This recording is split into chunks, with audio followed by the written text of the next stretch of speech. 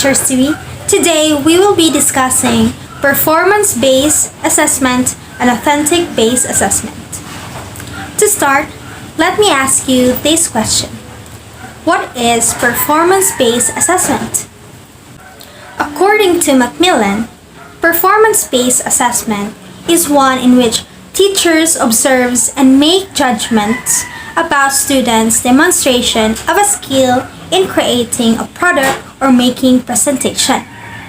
What does the teacher observe and judge?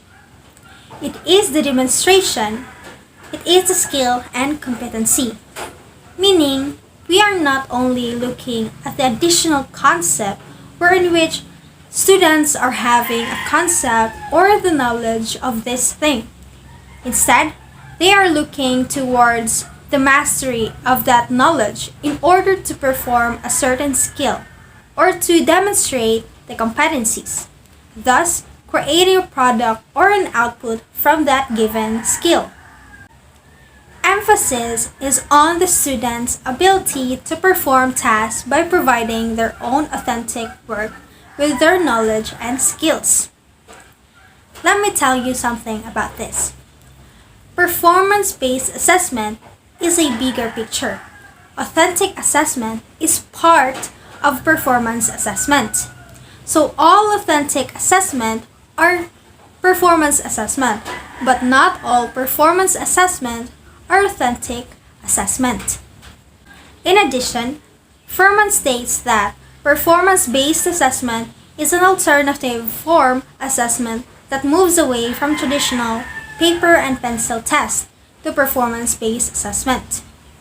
This means that performance-based assessment involves students producing a project whether in oral, written, or group performance. It processes the creative aspect of student and bringing up what they know and what they can do through difficult performance tasks. Now let's move on to the characteristics of performance-based assessment. Number 1. Authentic, meaningful, and realistic. As tackled a while ago, that authentic assessment is only part of performance assessment, meaning there will be performance assessment that is not authentic like this in a class, and that's contextualized. But according to this, one of the good characteristics of performance assessment is that when we take it as authentic, something that the students can relate to, something that the students will be able to use right after they go outside the class. Addition and subtraction is a very good example. Number 2. Assesses more complex skill. There are the HOTS, the high order thinking skills. We need more complex skills because in our everyday living, we are not doing simple stuff. We do it complex in a complex manner. So it needs to be able to determine if this kind of student execute complex skills. Number 3. Allow students to be involved in the process of evaluating their own and their peers. So whenever we have this kind of assessment, the way that they will be evaluated does not only focus on the teacher's perspectives. Remember, it is very subjective. So to cope with that, the learners themselves will be able to assess if they improve in that kind of output the same with their peers. Like they will be having this responsibility that, okay, I have to be good because at the end of the day, my peers will be judging what I did and the same. I will be judging myself. So, in this performance assessment, you should make a room in order for the student to know if he or she improved. Remember, not all assessments are needed to be put into writing. Some assessments are like informal, like giving responses. So, whenever the students are able to know if they improve or not thought, it is a good example of performance assessment. Number 4. Provide opportunities for students to show both what they know and how well they can do. So how the students will be able to showcase their skills in the outside world and inside the classroom. they are not given the opportunity to do so. So, as a teacher who is aiming for good performance assessment, we have to make sure that we make an opportunity for them to present what they know and what they can do. Number 5. Explain the task, required elements, and scoring criteria. We, as a future educators, before we give a certain task to our students, we have to make sure that we give them a criteria, especially if it's a performance assessment, because it will be judged subjectively. It is not a multiple choice where you have the answer key. These criteria should be reported and presented to our students. We have to take note of the elements they need to target to get a high score, and of course, the criteria that we will be using. Now let us define authentic-based assessment.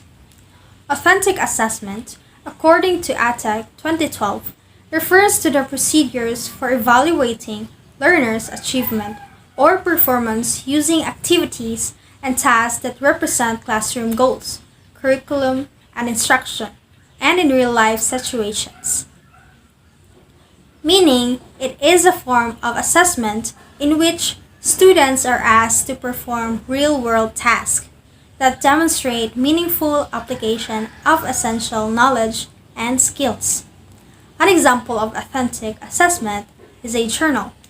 Journals can be used by the teachers to assess the students' learning based on the written works or reflections. Now let's move on to the characteristics of authentic assessment. Number 1. It begins with a definite, concise, measurable criteria, which is the learning objectives of the teaching learning process that is informed to the students. In this characteristic, it refers to the assessment wherein students are asked to perform a real-world task to demonstrate a meaningful application of what they learned. Learning objectives should break down the task and focus on the specific cognitive processes. Number 2. It emphasizes demonstration of knowledge, skills, and competencies with foundations of what they can recall and learn. Authentic assessment does not rely on ability to recall facts or memorize details. Instead, students are asked to demonstrate skills and concepts of what they have learned. Number 3. Authentic assessment encourages both teachers and learners to determine the rate of progress in attaining the desired learning outcomes. Teachers encourage their students to reflect on the relevance of their instruction to improve learning experience for both instructor and students. Number 4. The learners are not passive receivers of knowledge, but they are aware of what their current mastery of the topic or skills is. Authentic assessment does not encourage growth learning and passive talking to tests. Instead, students are required to demonstrate analytical skills, ability to integrate what they learned, creativity, ability to join in group skills, and oral and written communication. Number 5. It is criterion referenced rather than norm referenced. The intention of this is to look at how will students carry out the specific skill or task, or multitude skills. Number 6. Authentic assessment gives the students freedom to craft responses rather than selecting from a set. Thus, this uses a range of higher order thinking skills. It requires students to make their own answer to the question rather than select from a given option, as in multiple choice items. This requires a range of higher order thinking skills, or HUTs. Number 7. Authentic assessment does not only focus on what was achieved, but also emphasizes the process of learning.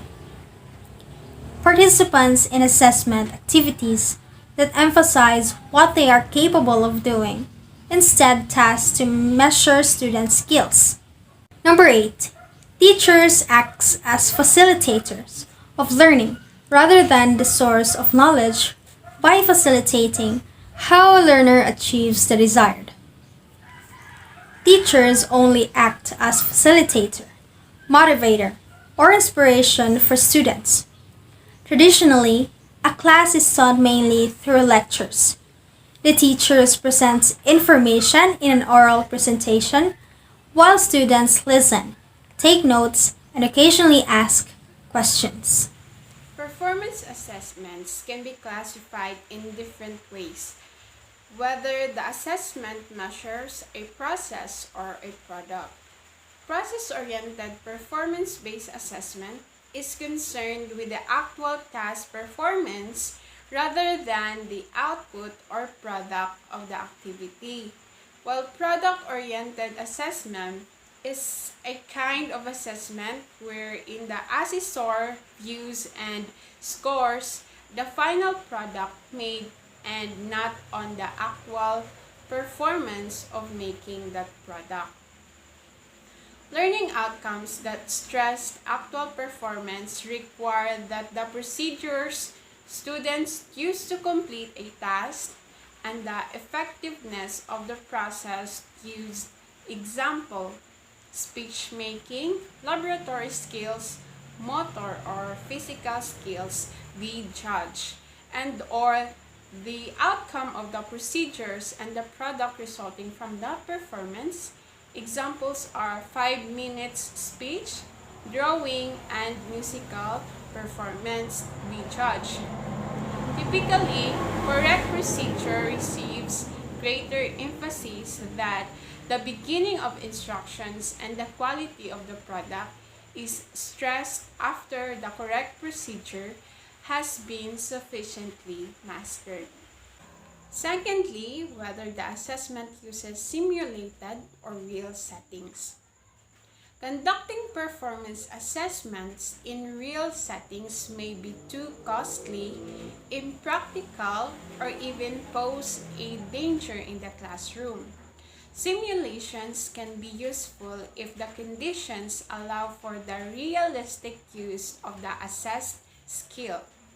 A good example is a fire drill.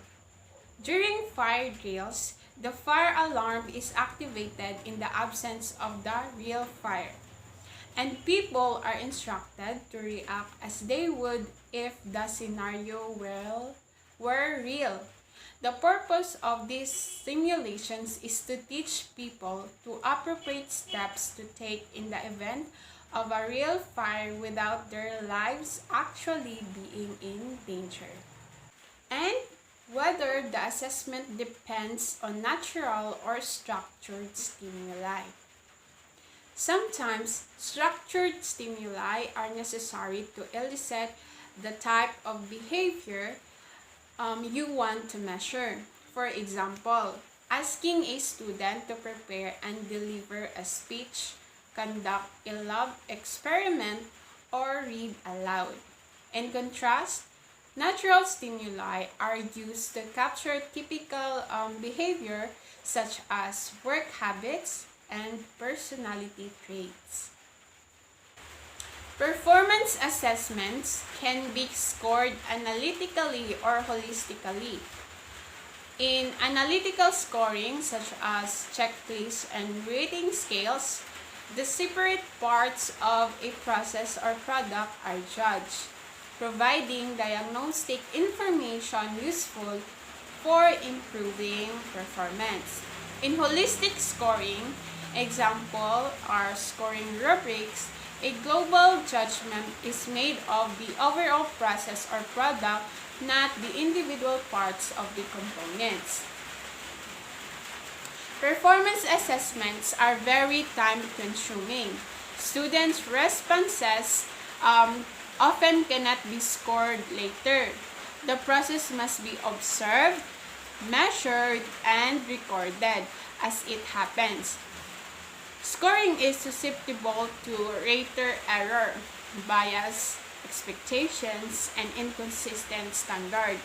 Inconsistent performance on multiple skills within the same domain may also affect score ratings. Advantages and limitations of performance-based assessment. Performance assessment allows students to show what skills they've learned. Integrated learning is represented, and learning occurs during process until completion to the task.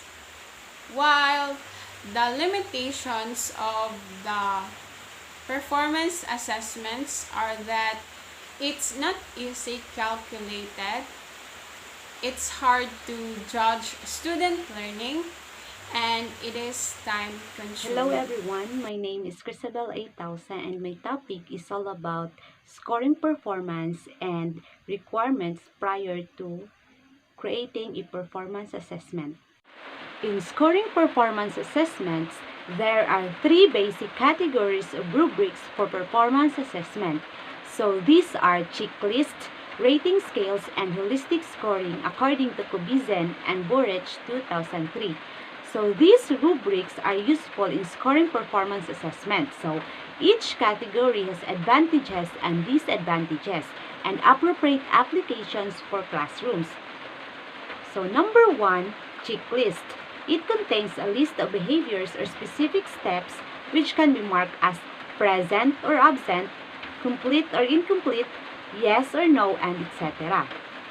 In some cases, a teacher will use a checklist to observe the students, and in other cases, students use checklists to ensure that they have completed all of the steps and considered all of the possibilities. So checklists help to provide structure for students, and they are great tools to use when you want to note the completion of a task, but do not need to assign a rating scale.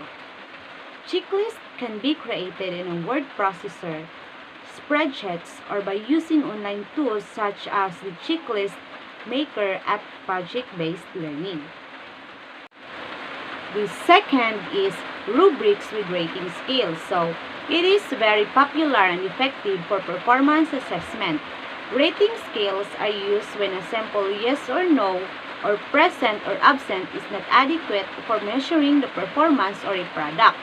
The scales can include terms such as novice, intermediate, and proficient, and they might include specific point values.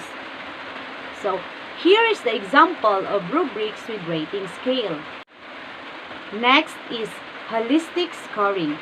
So sometimes a rubric is scored holistically, meaning there is one overall score instead of discrete dimension. Holistic scales are often used for performances, such as in dancing and in music. Although holistic scales can be easier to create and easier to score, they do not provide the amount of feedback that is possible with a rating scale that includes multiple dimensions. So the power of rubrics should not be underestimated. They are extremely effective for many classroom activities, including assessments of essays, oral presentations, group projects, and other assignments. Here is the example of holistic rubric. So it is scaled from 0 to 2. There is a point and there is a description. Let us know what are requirements prior to creating a performance assessment.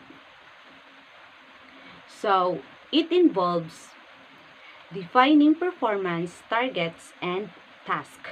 Performance assessments have the advantage of being able to provide clear evidence of students' achievements. The first step in creating a performance assessment is defining the target. Determining what is it you are going to assess. This can be generally accomplished by reviewing the standards and objectives. After the target is being defined, the next step is to create a task that will allow the students to demonstrate their knowledge, reasoning skills, and/or attitudes. This task should be authentic, means real world, feasible in time, space, and cost, fair, which means not biased based on gender, race, and etc., flexible, allow multiple outcomes, and observable. For example, the performance task may be the students conduct a science experiment, create a clay sculpture, or write a position paper. So after the task is defined, a rubric can be developed to assess the task.